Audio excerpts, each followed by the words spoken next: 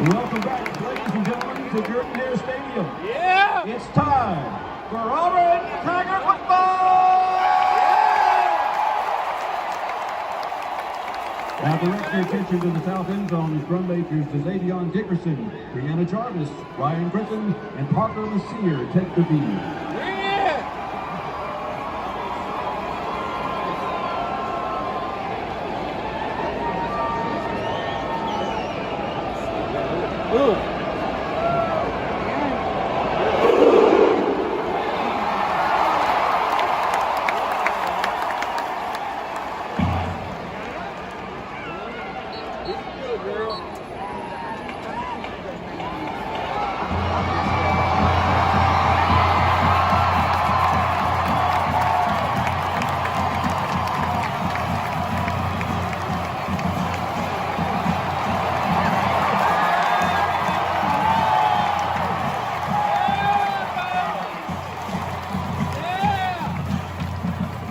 This is your 2021 Auburn Marching Band.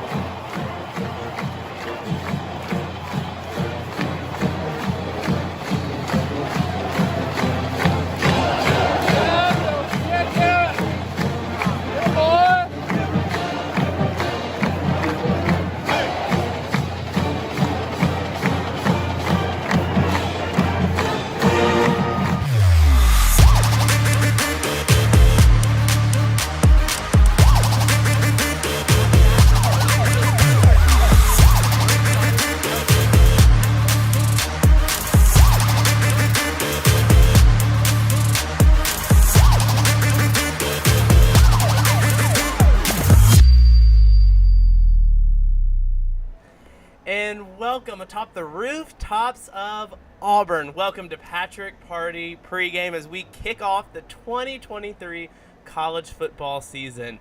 Man, what a moment. So exciting. Happy college football Saturday. We got an overcast morning. It's our first ever pregame show in the elements. So, everyone hold on to your britches and let's pray it doesn't rain. But what a moment. If you've been following this entity for any amount of time, man, we've come a long way. And I could talk for hours on that, but that's not what you came here for. So exciting to start the college football season with you. We're going to be from the rooftops of Auburn breaking down every single week here on pregame all season long. So we're excited you joined here with us.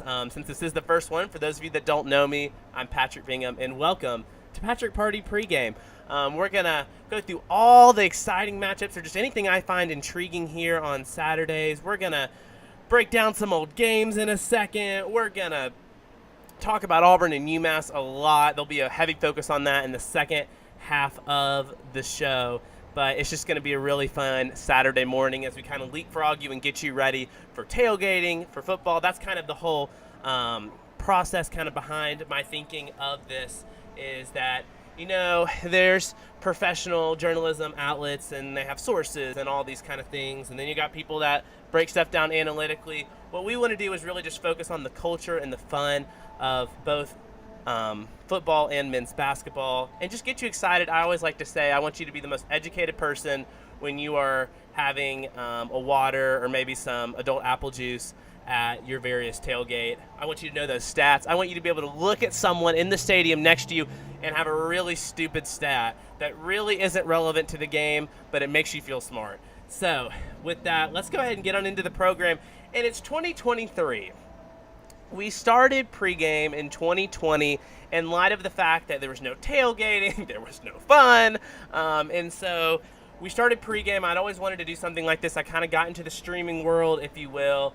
It was a rough ride in 2020. If you remember back, we had all sorts of things, and then we got into 2021, 2022, and now we're here. And with that, we've commemorated some fun football seasons along the way as we've hit anniversaries. And this year, the threes, there's a lot of them. You got 1983, 1993, and 2013. So we're going to commemorate all three. I went back and forth on how I wanted to do this. Did I want to pick the best game from each week? Here's what we're going to do. We're going to go week by week through all three in the third minute of the show, honoring these seasons. 1983, little recap for those of you that might not have been alive, like yours truly. 1983, Auburn only had one loss on the season, ended up winning the SEC and Sugar Bowl. And you know what? On this program, we're going to say it. The national champions of 1983, your Auburn Football Tigers. 1993, first year of Mr. Terry Bowden. Auburn goes undefeated, wins 11 straight games. We're on some probation, maybe did some sketchy stuff before 1993. So technically, per rules, that one doesn't count. We don't care here. Not one for the big rules. The 1993 National Championship season, and then the 2013 Dream Miracle season and Gus Malzahn's first ride with the Tigers 10 years ago now, which is so crazy to think about.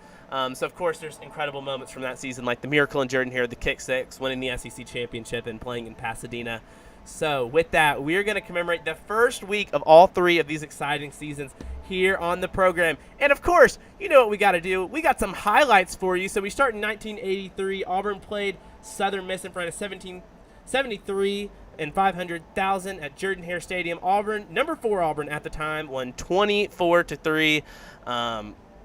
That is literally all the stats the internet had. I looked for hours, but I mean, you just look at that stifling Auburn defense. This is, one of Pat Dye's first great teams at Auburn, and they got off to a bang, literally, against Southern Miss. Then we take it on to 1993, just 10 years later, as Auburn plays Ole Miss in a conference showdown to start the season. Remember, these highlights were hard to find because this team, one of the probation things was they weren't on TV. Auburn ends up winning 16-12.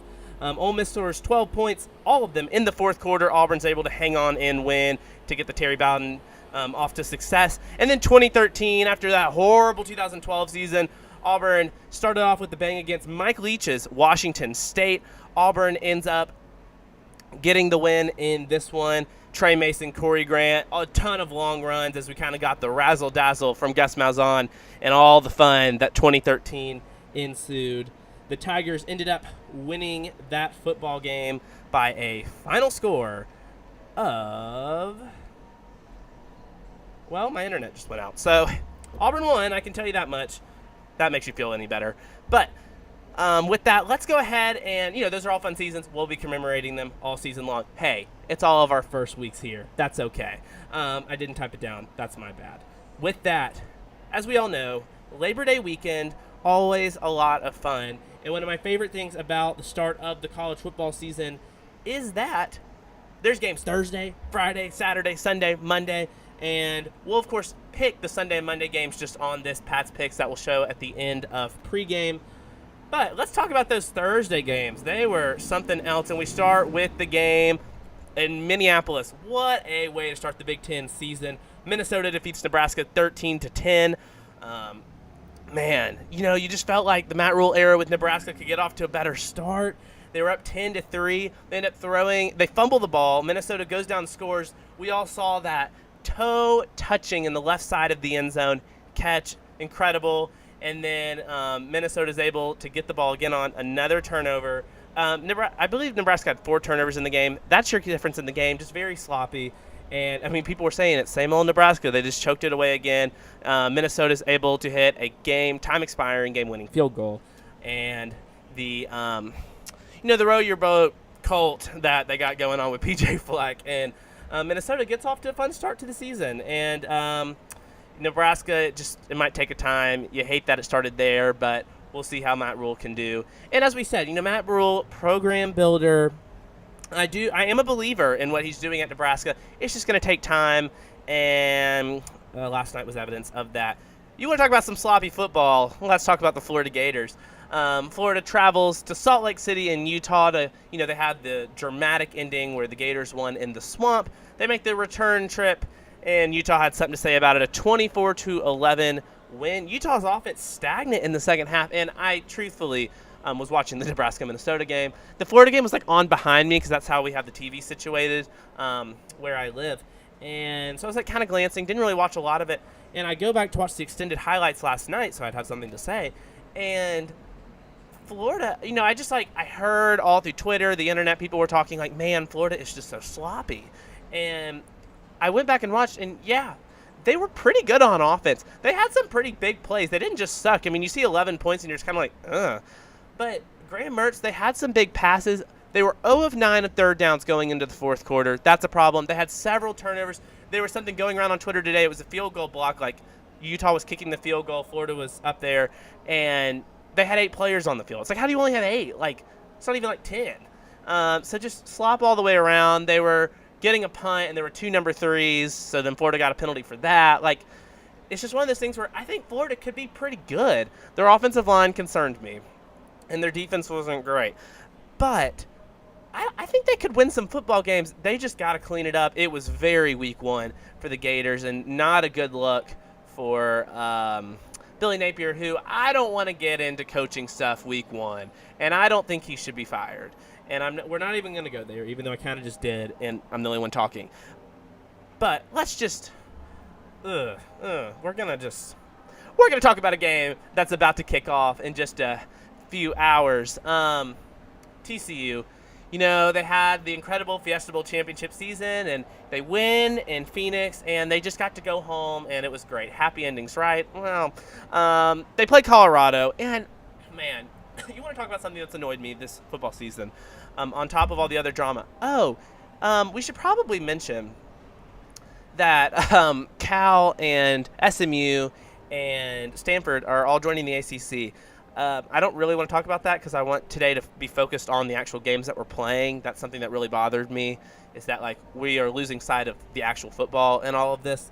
So thought I should mention it because Colorado's going to the Big 12. This will be a conference game starting next year. But all to say, that did happen.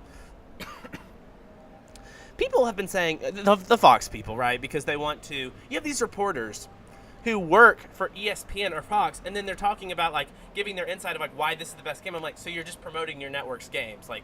That's not really journalism, but whatever. This is not going to be a good game. I will say this on my picks. This is going to be a bad game. Colorado is not going to be good. I know they made the sexy hire with Dion, and they had all the roster turnover, and it might work, but they're just small on the offensive line, and they're just they got some skill players. We all know, with so much coming in, I just think it's going to take a while for Dion to build it up. If he can, of course, it'll look different now being in the Big 12. I wonder if they're going to try and recruit more of Texas now. So shout out to them. TCU will take a step back. They lost so much talent off that national championship appearance team. But I do think they could be good, and I think they're going to win this game. They should have a nice start to the season. And look, Las Vegas, here's the thing. TV people can mislead you because you never really know their motives. Vegas normally knows something. Vegas has this as a 20.5-point favorite for TCU because Vegas doesn't want to lose their money. So for all the talk about sports betting, that's got to count for something, right? The other game I wanted to highlight on the early time slot, 11 a.m., that game will be on Big Noon on Fox. This game will be on competitor ABC. 2004 SEC Championship game. Cup, by the way. Just wanted to shout that out. Virginia, Tennessee. This game will be neutral site. It'll be in Nissan. Mostly Vols fans. I was watching a program on Friday and downtown Nashville, and just, Big Orange everywhere. Tennessee, of course, we all know, after literally my whole lifetime, they went to the SEC Championship in 2004 and lost to Auburn. Hey, wait, that was a great segue with this cup. They really haven't been worth a darn since, and they were good last year. They won the Orange Bowl, they beat Alabama, and I guess they participated in the game against Georgia. But Virginia, they're just not good. Sorry, guys, but Tennessee should roll in this one. It's going to be a fun neutral site atmosphere for them. Lots of Vols fans. I think it'll be a decent game for a little while. I think Tennessee's quarterback is going to end up having a really good season. So we'll see. Now, does that amount in upsetting Georgia, beating Alabama and Bryant-Denny, any of that? I don't think so. But look, if Tennessee goes like 9-3 or 10-2 with losses even still to the big boys, that is a step in the right direction. That is consistency, and that's what you want to see if you're a Vol fan. Ohio State, Indiana, Buckeyes, championship caliber season again. We all saw how their season ended last year as the clock struck midnight in Atlanta. Indiana is a bad football team. I will say, and we'll get to this during Bingham's Bets, there's a lot of really big lines. I think Ohio State could win by 30, but there's some other ones where I'm like, with the running clock now, the change of rules, the clock runs on first down, and except inside 2 minutes, like the clock will be going a lot more, the game will be shortened. Could teams score as many points? I don't know. And that's just a line thing. Ohio State will win by a lot. The Buckeyes start the season in Indiana. It feels like they always start the season in Indiana. And it's normally on Thursday nights, so I guess this is a little bit different. But I thought I'd put it on there because it's the number 3 team in the country. Shouldn't be that exciting of a game. Talk about a team that I'm kind of pumped about, and I think could, between Oregon, Washington, and USC in the final year of the Pac-12, and I will say this about the Pac-12, for all the drama, and I think it's sad, not great for the sport, the football on the field is going to be good for the Conference of Champions in its final season. And, like, there's some real – I was telling someone this summer, I was like, let's think about the quarterbacks in the Pac-12. Bo Nix, you ever heard of him? Michael Penix Jr. for Washington. Caleb Williams, the Heisman winner.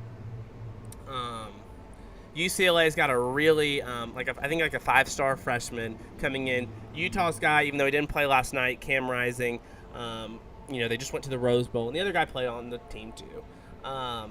There's just several. Oh, DJ last name, that played at Clemson and then transferred to Oregon State. There's a lot of really good quarterbacks in this conference. It should be, ultimately a good football. And I think Washington's going to be really good. Boise State, they kind of went through it the first half of the season last year.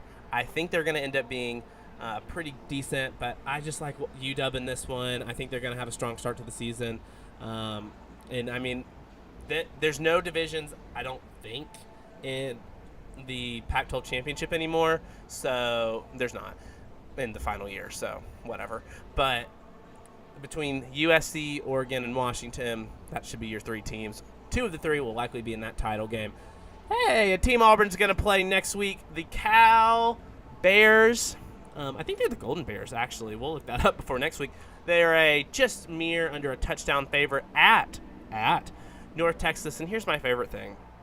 North Texas, new, company or whatever, bought the naming rights to their stadium. Their football stadium's name is DATCU Stadium. Sounds like the TCU Stadium. Not to be confused with the TCU Stadium where the Horned Frogs play. I just thought it was funny. So at the TCU Stadium, Mean Green, Cal, Justin Wilcox. Well, we now know Cal's fate. They're going to go to the ACC. I think they could. They've been building. I think they could be decent. This is going to be a tough test, and this is one where they're going to have to roll the whole playbook out. And so I think if you look ahead to next week for that Auburn-Cal game out in Berkeley, I think that, Auburn can still kind of be a little bit vanilla, even though they're trying to learn things, trying to get the whole RPO system down before as much as they can down before the week 2 matchup in California. Cal's going to probably have to roll out the whole playbook. So I think advantage Auburn potentially in the film game for that one, but I wanted to include that. UTSA is the favorite here. This is Houston. They're finally in the Big 12. I don't think Houston's going to be that good. They have some fun uniforms, though, so I'll give them that. The powder blue, they're paying homage to the Houston Oilers. I like UTSA in this one. UTSA's first season in the American. I think they could potentially win it. And I think they're going to be I think UTSA is going to win. It's on the road in Houston. It's a big moment for Houston, but upset alert. Even though it's really not an upset alert, look at who's favored. It's UTSA. The Roadrunners, I like them in this one. Let's take it to the nighttime slot. You got South Carolina, North Carolina at 6:30 on ABC. The Battle of the Carolinas and the Duke Mayos Classic. I should have gotten my mayonnaise out for this. That would have been funny. I like mayonnaise. I like mayonnaise mostly on burgers, but also turkey sandwiches. I think this should be a fun back-and-forth game. You got Drake May, who could go high, and all the NFL draft stuff, even though I get sick of talking about NFL draft. I don't like talking about the playoff, the Heisman, or the NFL draft until about November. It's just, who cares?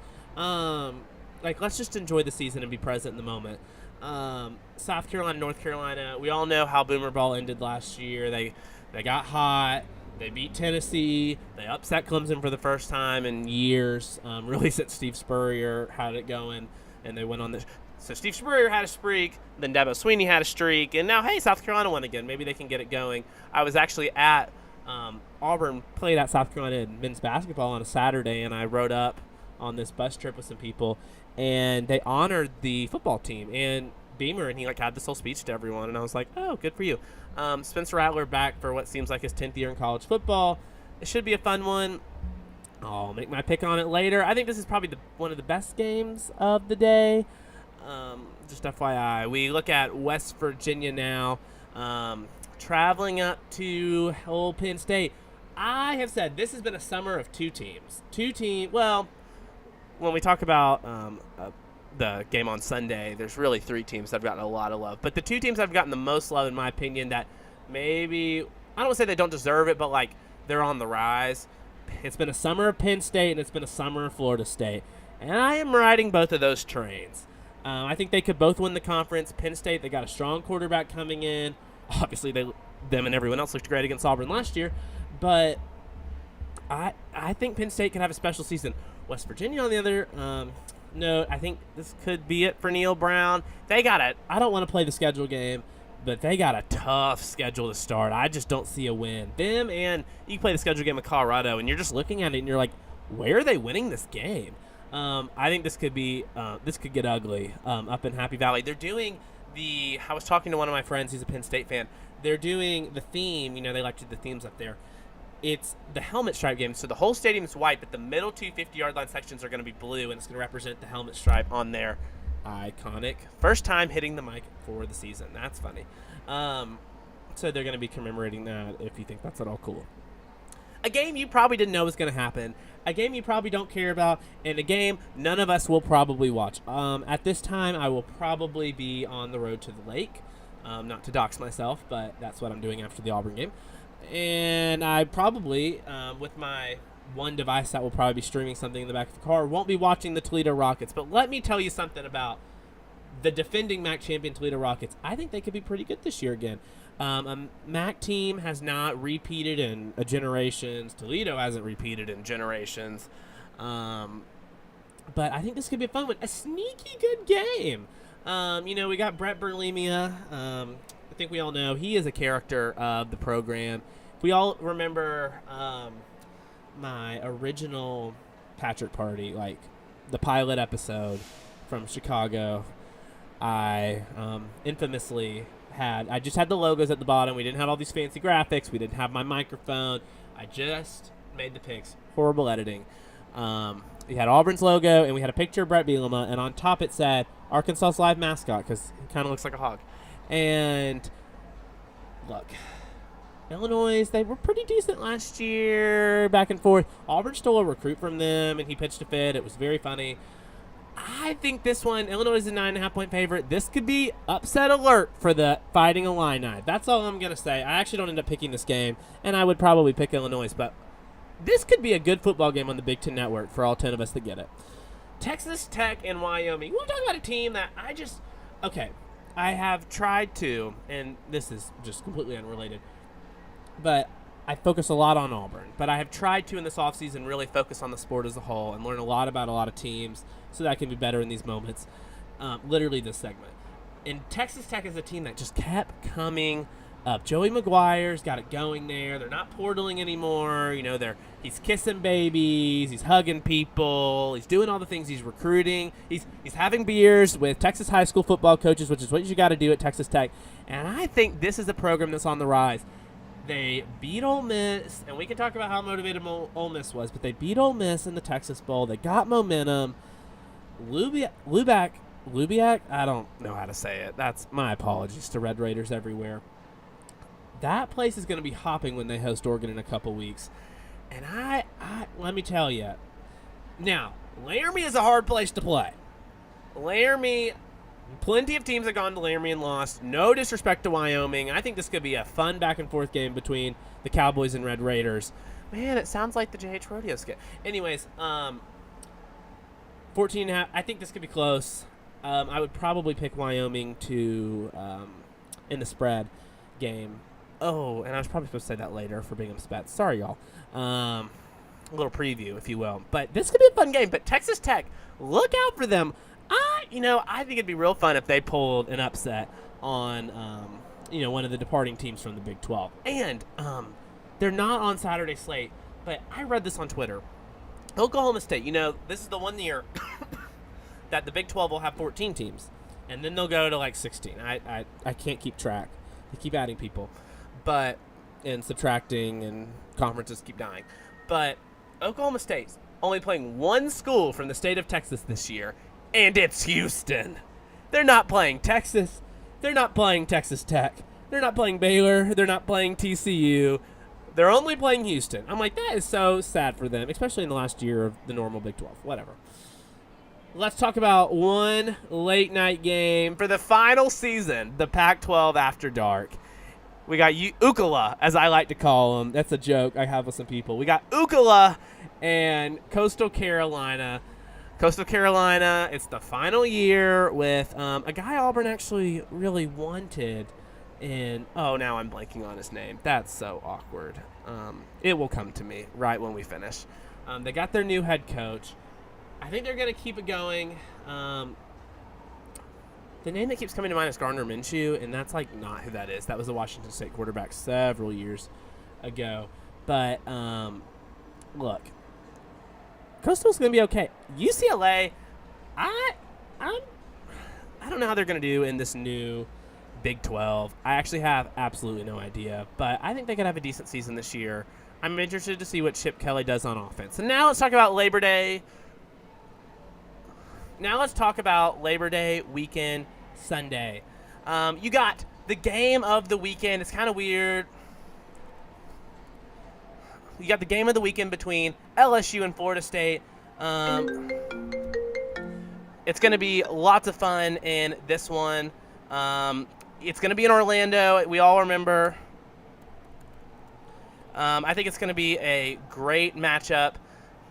But I just don't know. I think what's beautiful about this game is that you really just don't know what's going to happen, right? You don't know what's going to happen, and I don't think it really matters for the playoff. And I think that's what's, in this day and age where we're all so worried about the playoff and all these things, I don't think it matters. And I think that's the beauty of this game is it just gets to be a fun football game. Both teams will still have every opportunity to win their conference and make the playoff. And I think let's just enjoy a good football game. It could be sloppy. I think they'll be much closer to a finished product than they were last year. We all remember the wild ending. But this is as close to a pick'em as I've seen in week one. And I think it's going to be – let's just all sit back, relax, let all of the crazy conference hoopla just kind of melt away as we watch this game in Orlando. I think it's going to be a lot of fun, so I'm looking forward to it. And then Clemson and Duke on Monday night. Duke had a good season last year. People might not know that or forgot that. They went 9-3, and I don't think they're going to repeat that. I think Clemson will win pretty safely in Wallace Wade. Clemson, new offensive coordinator Garrett Riley. Be on the lookout for that. We'll see if they do anything different. First time Dabo's kind of gone outside of all of his people and everything and their culture. Went and hired TCU's offense coordinator. We're going to see what they're going to end up doing. I think this could be a fun one. And then, the game just in a mere few hours away now. It's getting a little cold. Sorry, I had to make the joke. Hugh Freeze's first game as Auburn's 31st head football coach. Now we're transitioning into, we're going to talk about this game for probably the rest of the show. But he got Auburn and UMass. Auburn a 35.5-point favorite. I would take UMass in the spread, not the game. I think it's going to be a lot of fun as we get into this one. What are we going to learn from this game? Here's the thing. I'll say this. I wasn't, without doing any research, you just see UMass and you're like, oh, they're a horrible team. And then you think about Auburn and you're like, this is just not going to be a good game. What are we going to really learn from this? And the more I've researched, and after watching week 0 for UMass, it's not going to be a good game. But I think there's a little more to take away from it than we might think. So let's just go ahead and get into it. Let's talk about the UMass Minutemen for just a second, shall we? They won in week 0 against New Mexico State on the road. First road win since 2018. First time starting a season 1-0 since either 2018 or 2019. And I think that's a testament to their current and now former coach, Don Brown. If you read our story, our preview, then you already know this. But Don Brown was previously a head coach at UMass, and then he went on, had a bunch of other DC jobs, is now back to try and resurrect the program. I talked about in my story just how much UMass has struggled, only having 3 wins in the last 3 seasons, something along those lines. Maybe it was 2. They went 1-11 last year, and the record was atrocious. And Hugh Freeze said this about UMass, but they were better. They had a top 10 defense. That's what Don Brown is known for. And I think UMass is going to have, they run some interesting formations on defense. I think they could be all right. I think this could certainly be, I think they could give Auburn some trouble, especially in this RPO where Auburn's trying to throw it out and everything. I think this could be, I think they could pose some sort of a threat for the Tigers. And on top of that, they struggled last year, but then Hugh Freeze said they looked a lot better last week. They got Tyson Pumachan. Hey, I said it right. The transfer from Clemson, and then he was at Georgia Tech, and now he's at UMass. He was a former 4-star recruit. He's an athlete you're going to see on the field and be like, I don't think he should be playing at UMass. He had a pretty solid start. He's a dual threat quarterback, so not only can he pass, but he can run. And I think he's going to be pretty solid for UMass this season overall. They brought in a bunch of transfers, 15 from Power 5 conferences, a lot from Arizona, which is where Don Brown was previously. And I think that they're going to end up having a better season than people might think. Does that result in a win on Saturday? No. Let's just be real. Auburn's going to do what they want to do. I actually wrote the preview story for the Plainsmen as well, and part of it is I had to write keys to victory, and I was like, I don't even know what to say for UMass. Sorry. But let's talk about the Tigers in this matchup for just a little bit. Man, what an offseason. I was just thinking about this. I kind of wrote it in the story for the Patrick Party, but just think about how far this roster has come since when I was sitting in Bryant-Denny watching the team, in the season against Alabama. Between the guys that left, whether that's portal, not really a lot of that, but, graduated, and then all that's come in, all the recruiting, all the buzz, all that Hugh Freeze has done. And I think Auburn was in a desperate spot. If you think about what that roster would have looked like, if they had just rolled into this season the next week and the guys left, I mean, Auburn would have been winning 3 games this season. I'm telling you. But what Hugh Freeze has done, the recruiting and everything since he's gotten here, I mean, we all know about the season tickets and everything else. There's a spark, there's a hope, and I think it could be exciting. And just a kind of overview for those of you that might not know, of course, Hugh Freeze head coach, we should all know that.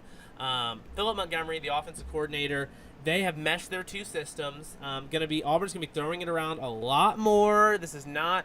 If you think about it, I don't know what Arson did. I mean, it wasn't good. And then Auburn ran the ball exclusively with Cadillac Williams.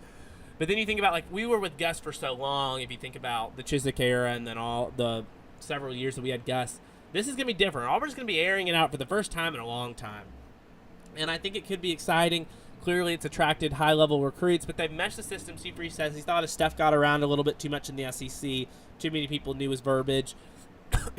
He's changed all that. He said he's never going to go away from what he believes, but him and Freeze have meshed it. Both Philip, I talked about this from the press conference when we got the game notes, but both Philip Montgomery and defensive coordinator Ron Roberts will both be calling the games from the press box. And let's just talk about that defense for a second. It's going to be – we're not going back to the Kevin Steele in terms of, it's very simple formation, but players can do a lot of things. There's going to be a lot of eye candy. There's going to be a lot of scheme to throw at these quarterbacks. You're going to see 3 men, 4 men, 5 men all on the lines. You got jacks, you got edges. I mean, you got everything. And there's stars, all weak side, strong side, linebackers, all sorts of things. Ron Roberts is just – I think the defense is going to be really entertaining. The defensive line is what concerns me, truthfully, just looking ahead. But if Auburn's run defense, they struggled last year, and they've attacked it with the portal, and they brought in Steven Sings and Jalen McLeod, Elijah McAllister, the captain, and I'm just really interested to watch. I think the secondary is going to be great. I do. Truthfully, I think the secondary is going to be great. But what does the rushing attack look like? And is that really going to matter in week 1 against UMass? No, but as we progress, that's just something I'm going to be looking for. But let's talk about that offense for a second. There's this guy, you might have heard of him. His name is, I think it's Peyton Thorne. Oh, does that ring a bell? Yes. Auburn's new starting quarterback. It was Robbie. TJ Finley was technically still on the team at the time. And Holden Garner competing for the job. He decides to go to the portal, gets Michigan State's quarterback who entered, and now Peyton Thorne's here. He's definitely much more. I don't just want to say he's exclusively a pocket passer. He can run if needed, but those passing yards and stats are things we haven't seen since the Jarrett Stidham, era. And I mean, you think about like Auburn passing. You think about Auburn historically between Pat Dye and Tommy Tuberville and Gus with Chiswick. Auburn's not really aired it out a lot. It's been a lot of running and strong defenses. And I mean, you look, his passing total yards in 2021 would be second all time in program history. So I think Auburn's got a real opportunity as Freeze does want to air it out more. And, of course, people will like to point out the differences between that 2021 Peach Bowl season and last season. Big difference. The offensive line lost some people. They didn't have Kenneth Walker III, the star running back for Michigan State from that last season. And Peyton Thorne's a quarterback a lot like Jarrett Stidham. The similarities are really interesting that if he's got a strong running game, he can make the passing work, and he's got just enough of a run game to where you have to respect it. And I think with this improved offensive line and this really strong running back room for Auburn, this could certainly, I think he could have a strong season. I think he's got the potential. I think it is going to come down to the receivers for Auburn. Inexperienced, a lot of new guys. How is that going to mesh and all flow together? And tomorrow is really the start of that, and can they start building chemistry, and how far along are they in enacting this offense? And let's talk about Robbie for a second. Big offseason coming in as quarterback 1, from the majority of last season, and goes through camp, does all the right things, really improves a lot of areas of his game, passing, leadership, a bunch of things. Doesn't get a word of the job. Hugh Freeze said in the press conference where he named Peyton Thorne the starter, he's like, look, Robbie will have a package if he handles this the right way, if he does the right things. And I think that's just a testament to how athletic Robbie is.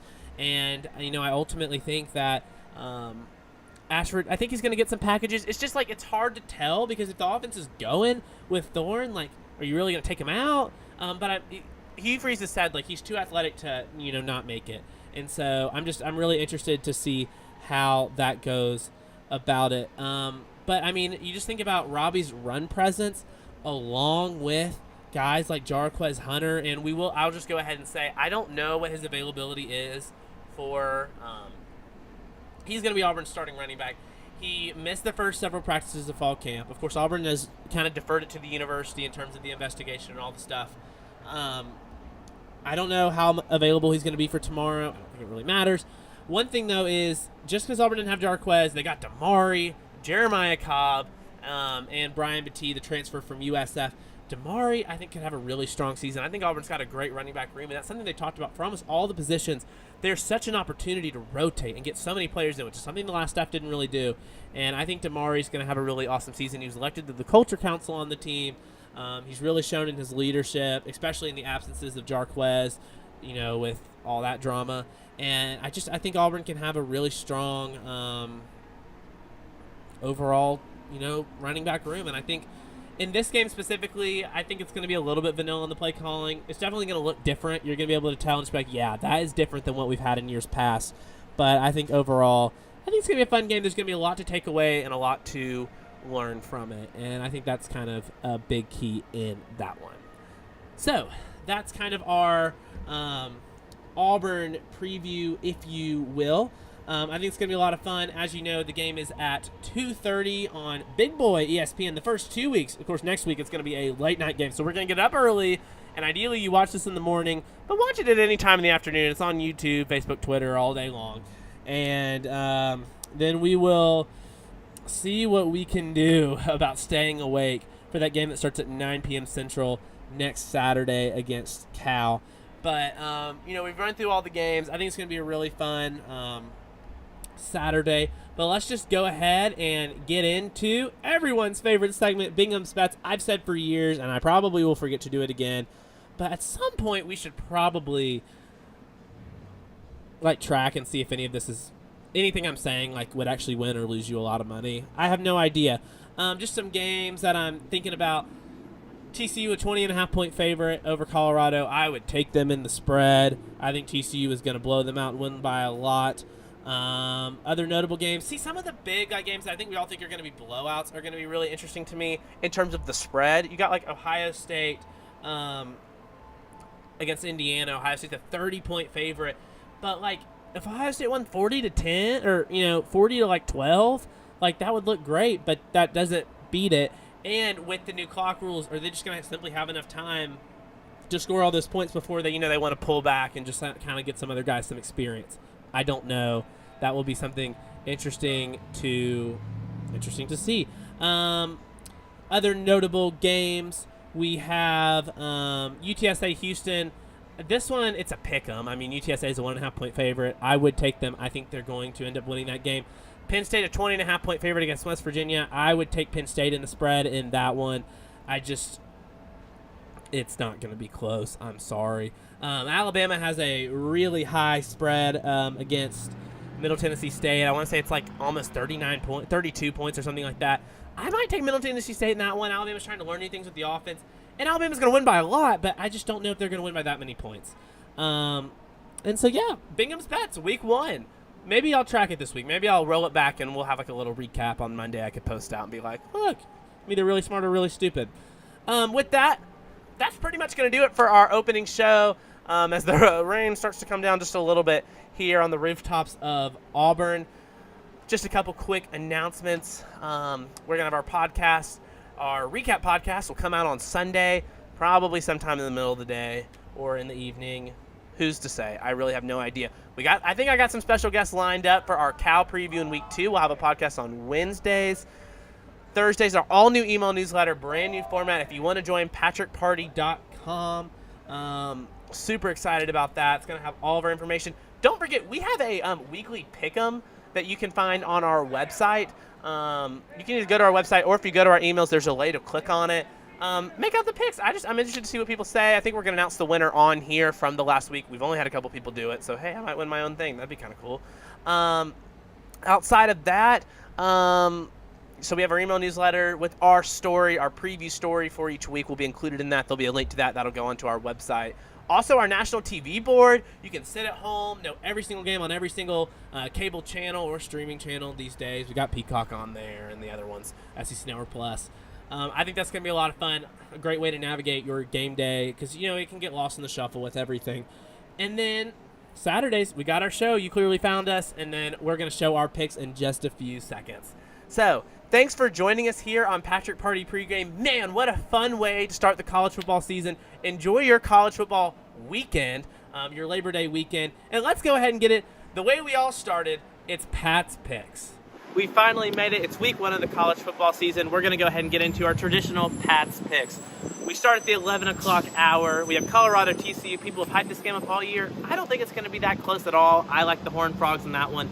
Tennessee and Virginia play in Nissan Stadium. This should be a fun one, but I don't think it's going to be close at all either. Big Balls crowd in Nashville. I like Tennessee. At 2:30, we have Washington, Boise State.